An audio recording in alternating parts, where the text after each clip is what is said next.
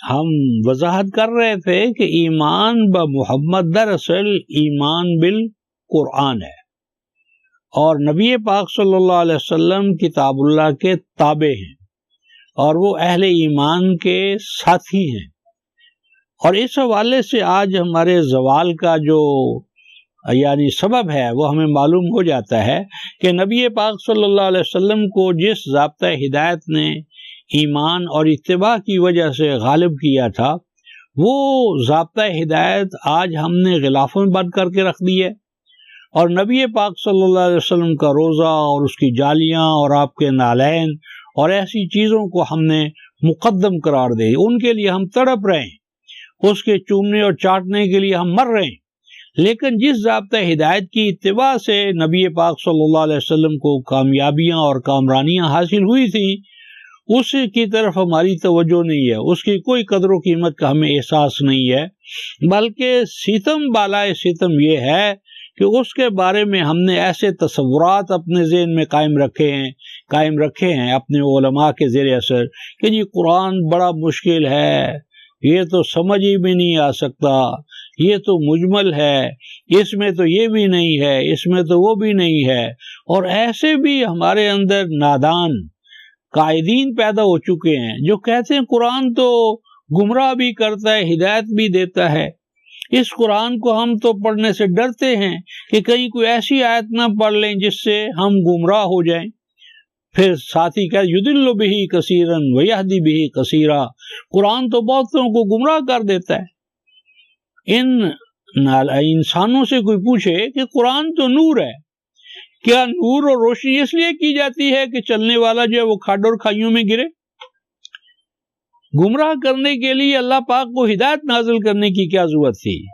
گمراہ تو انسان پہلے ہی تھا، گمراہ یعنی راہ راست سے منحرف تھا، دوسری طرف جا چکا تھا، تو اللہ پاک نے تو اپنا نور نازل کیا تاکہ اس نور سے انسان ظلمات سے، تاریکیوں سے نکل کر، کھڈ اور کھائیوں سے نکل کر، شاہراہ حیات پر چل کر اللہ تعالیٰ کی مراد کو، اللہ تعالیٰ کی رضا کو، اس کی نعمتوں کو پانے میں کامیاب ہو سکے۔ جی قرآن بڑا مشکل ہے، کوئی ان سے پوچھے کہ اللہ کی کوئی ایک آیت قرآن کی پیش کرو کہ جس میں قرآن حکیم نے اپنے آپ کو مشکل کہا ہے، رب نے مشکل کہا ہے۔ اس کے برعکس آپ کو ایک ہی سورہ القمر، اس میں 4 دفعہ یہ بات ملے گی وَلَقَدْ يَسَّرْنَا الْقُرْآنَ لِلذِّكْرِ فَهَلْ مِن مُدَّكِرٍ، ہم نے قرآن کو آسان سے آسان کیا، جتنا آسان بنانا ممکن تھا اللہ تعالیٰ فرماتے ہیں کہ ہم نے اس قرآن کو آسان بنا دیا ہے۔ پھر فرمایا فَإِنَّمَا يَسَّرْنَاهُ بِلِسَانِكَ، کہ اس قرآن کا یسر ہونا، آسان ہونا کہاں سے آپ کو معلوم ہوگا، کیسے یہ آپ نعمت حاصل کر سکیں گے؟ بِلِسَانِكَ، نبی پاک صلی اللہ علیہ وسلم کی زبان میں، یعنی عربی مبین میں۔ اور یہی عربی مبین جو ہے اہل ایمان کی دراصل مادری زبان ہے، کیونکہ نبی پاک صلی اللہ علیہ وسلم ہمارے باپ ہیں، اور نبی پاک صلی اللہ علیہ وسلم کے ازواج مطہرات ہماری مائیں ہیں۔ تو ہماری مائیں کون ہیں؟ ازواج مطہرات۔ وہ کون ہیں؟ وہ عرب۔ وہ کون سی زبان بولتی تھی؟ عربی مبین۔ پس اگر ہم اپنی مادری زبان، ایمان کی جو ہماری زبان ہے عربی زبان، اس کو جانیں، اس کے قواعد و ضوابط کو جانیں، تو ہو ہی نہیں سکتا کہ فہم قرآن کا دروازہ ہمارے اوپر نہ کھلے۔ پھر اگر کسی نے قرآن کی طرف دعوت دی ہے تو اس دعوت میں کیا ہے؟ کبھی فضائل کے لیے، کبھی تبرک حاصل کرنے کے لیے، کبھی اس کا تعویذ بنانے کے لیے، اور کبھی مردوں کو ثواب پہنچانے کے لیے دعوت دی جاتی ہے۔ اور المیہ تو ہمارا یہ ہے کہ وہ سورہ یاسین جو زندگی عطا کرنے کے لیے آئی ہے، مردوں کو زندہ کرنے کے لیے آئی ہے، زندگی کی نعمت سے مالا مال کرنے کے لیے آئی ہے، با الفاظ قرآن لِيُنذِرَ مَنْ كَانَ حَيًّا وَيَحِقَّ الْقَوْلُ عَلَى الْكَافِرِينَ 36/70، کہ یہ قرآن زندہ کرنے کے لیے ہے، زندگی عطا کرنے، زندگی بخش ہے یہ قرآن۔ وہ جو زندگی عطا کرنے والا قرآن تھا، اس کے ساتھ ہمارا کیا مسئلہ ہے کہ آج یاسین ہوا سام میری، کہ جب مردہ جو ہے مرنے والا اس کی جان کنی میں مشکلات پیش آ رہی ہوتی ہیں تو ہم کہتے لاؤ ذرا قرآن تاکہ اس کی جان جو ہے وہ آسانی سے نکل جائے. یعنی جان نکالنے کا ذریعہ ہم نے قرآن کو بنایا ہے، حالانکہ قرآن تو ہمیں زندگی عطا کرنے کے لیے آیا تھا. قرآن کو ہم نے قبرستان کی چیز بنا دیا، مجاوروں کی چیز بنا دیا، ہاں جی. اور جب نتیجتاً ہم خود مردہ ہو گئے، ہم قبرستان بن گئے، ہمارے مذہبی پیشوا ہمارے مجاور بن گئے. تو اس سچویشن سے صورت احوال سے نکالنا ہے، اور اس نکالنے کے لیے لازم ہے کہ ہر مرد مسلمان کو، ہر ابن آدم کو اس کی مادری زبان میں، مدر ٹنگ میں قرآن حکیم کی یہ ترجمانی پہنچائی جائے. تو یہ ترجمانی جو ہے اس حوالے سے امت مسلمہ کی ناگزیر ضرورت ہے، نوع انسانی کے لیے ضرورت ہے.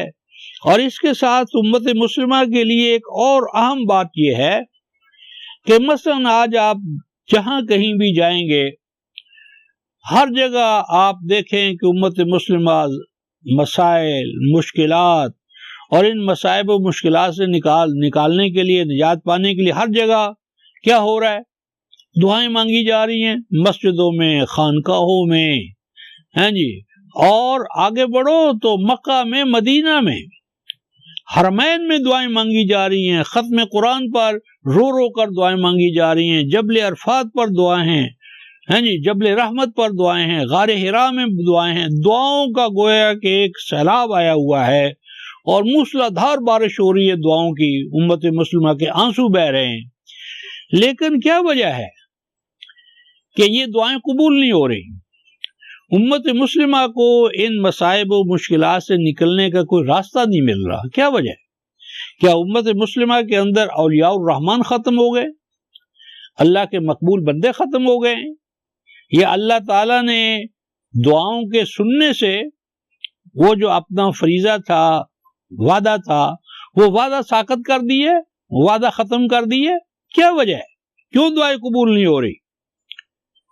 قرآن کے الفاظ میں وَمَا دُعَاءُ الْكَافِرِينَ إِلَّا فِي ضَلَالٍ 40/50-60، یعنی اللہ کافروں کی دعاؤں کو نہیں سنتا. کافروں کی دعائیں رائے گاہ جاتی ہیں، کافروں کی دعائیں بے نتیجہ رہتی ہیں. اور آج امت مسلمہ کی دیکھیں دعاؤں صدیوں سے بے نتیجہ جا رہی ہیں. ایک جمعے سے دوسری جمعے تک کی دعائیں دیکھ لیں، ایک نماز سے دوسری نماز تک کی دعائیں دیکھ لیں، ایک حج سے دوسرے حج تک دعائیں دیکھ لیں، ایک ختم قرآن سے اگلے ختم قرآن تک کی دعائیں دیکھ لیں. دعاؤں کا تو سیلاب بڑھتا چلا جا رہا ہے، لیکن نتیجہ خیزی نہیں ہو رہی. حالانکہ قرآن حکیم نے ہمیں بتایا تھا وَلْتَنْظُرْ نَفْسٌ مَا قَدَّمَتْ لِغَدٍ، کہ ہر آنے والا کل جو ہے وہ تمہارا آج سے بہتر ہونا چاہیے. اور آج کیا ہے، کل کیا ہوگا؟ وہی کچھ ہوگا جس کی آج ہم بنیادیں رکھیں گے.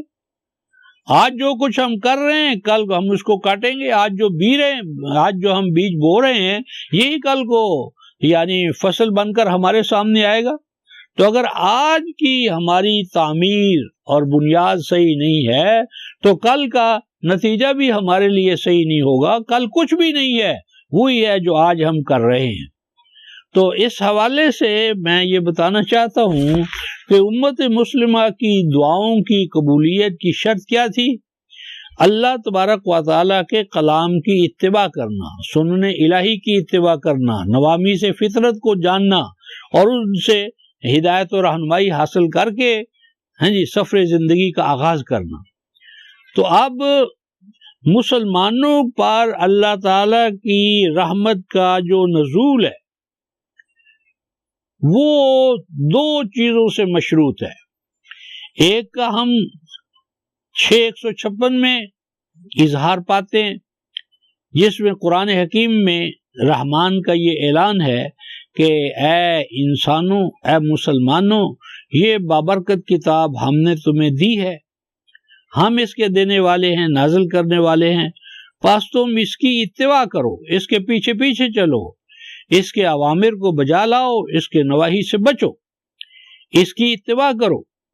اور اس اتباع قرآن کا نتیجہ یہ بتایا ہے لعلکم ترحمون، نتیجتاً تمہارے اوپر ہماری رحمتوں کا نزول خود بخود ہوگا. یعنی اگر ہم قرآن کی اتباع شروع کر دیں تو ہمیں دعائیں بھی مانگنے کی ضرورت نہیں پڑے گی، اللہ تعالیٰ کی رحمتیں خود بخود ہمارے اوپر سایہ فگن ہوں گی.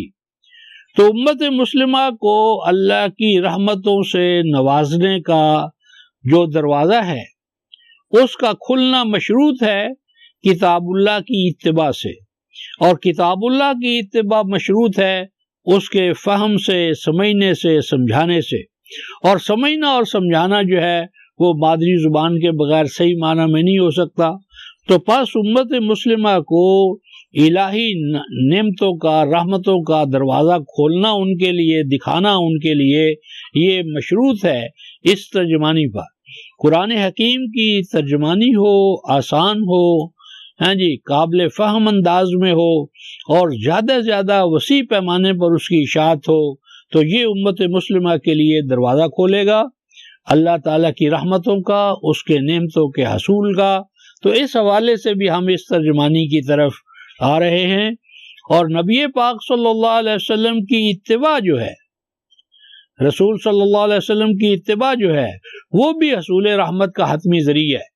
جس طرح کہ سورہ آل عمران کی آیت نمبر 132 میں فرمایا کہ الرسول کی اتباع کرو لعلکم ترحمون، تاکہ تمہارے اوپر ہماری اللہ کی رحمتوں کا نزول ہو. اب یہاں پر ہم اس ترجمانی کے توسط سے امت کو بتانا چاہتے ہیں کہ الرسول کی جو اتباع ہے وہ کتابوں کی اتباع نہیں ہے. کتابوں کی اتباع کو رسول کی اتباع نہیں کہتے. یہ جو قرآن حکیم میں آیا ہے اطیعوا اللہ و اطیعوا الرسول و اولی الامر منکم، ہم اس ترجمانی میں اس امر کو 2-2-4 کی طرح علم نشرح کرنا چاہتے ہیں کہ یہ 3 اطاعتیں نہیں ہیں. اللہ کی اطاعت قرآن میں جس طرح ہمارا تصور ہے، رسول کی اطاعت حدیثوں میں، اور اولی الامر کی اطاعت جو ہے وہ فقہ میں. یہ تسلیث نہیں ہے قرآن میں. دراصل اللہ کی اطاعت کس میں ہے؟ رسول کی اطاعت کرنے میں. من یطع الرسول فقد اطاع اللہ. اللہ کی اطاعت رسول کی اطاعت سے الگ نہیں ہے، اور اولی الامر کی اطاعت بھی رسول کی اطاعت ہے. پس اطاعت دراصل ایک ہی ہے. من یطع الرسول فقد اطاع اللہ، وہ اللہ تعالیٰ کے رسول کی اتباع ہے.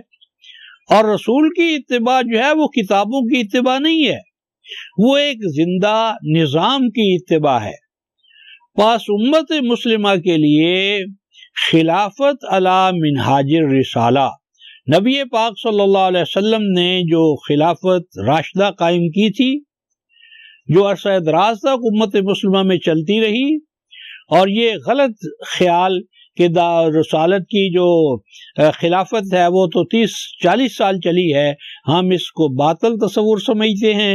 اور کتاب اللہ کی بنیاد پر ہم اس ترجمانی میں یہ بات واضح کریں گے کہ امت مسلمہ کا دوبارہ عروج جو ہے، مقام بلند پر فائز ہونا جو ہے، وہ خلافت راشدہ کے قیام سے مشروط ہے.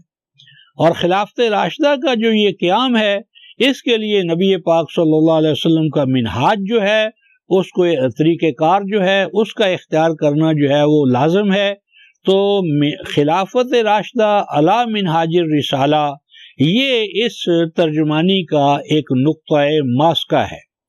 امت مسلمہ کو اختلافات سے نکالنے کے لیے، رحمتوں کے دوبارہ استحقاق تک لے جانے کے لیے اس ترجمانی کی یعنی ہماری بنیادی ضرورت تھی، وہ ہم اس سے عہدہ برا ہوں گے اور امت مسلمہ کو یہ بتائیں گے کہ اگر وہ اس طرح کا نظام خلافت قائم نہیں کرتی تو اس کے نماز، روزے، مناسک اور اعمال جن کو وہ بہت بڑا سمجھ رہی ہے، یہ نتیجہ خیزی کے حوالے سے کارآمد نہیں ہوں گے. تو ان بنیادی چیزوں کی وضاحت کر دینے کے بعد اب ہم سورۃ الفاتحہ کی ترجمانی کا آغاز کرتے ہیں. اس فاتحہ کے بارے میں ہمیں یہ جان لینا چاہیے کہ یہی قرآن کی اساس ہے، یہی قرآن کی جڑ ہے، یہی قرآن کی بنیاد ہے، اور یہیں سے قرآن شروع ہو رہا ہے، اور یہی وہ طریقہ کار ہے جو اللہ تعالیٰ نے ہمیں خود بتا دیا ہے کہ تم اگر میری نعمتوں کو حاصل کرنا چاہتے ہو، دوبارہ بلند سے بلند مقام پر فائز ہونا چاہتے ہو، تو اس کے لیے کیا ہے کہ تم سورۃ الفاتحہ کو اپنا امام بناؤ، رہنما بناؤ، اس کی ہدایت پر چلو، اس کے احکام پر چلو، اس کے نواہی سے اپنے آپ کو بچاؤ۔ تو اب ہم دوسری نشست میں انشاءاللہ العزیز سورۃ الفاتحہ کے الفاظ، معانی اور اس کی ترجمانی جو ہے اس کے بارے میں گفتگو کریں گے۔ تو آخر دعوانا ان الحمدللہ رب العالمین۔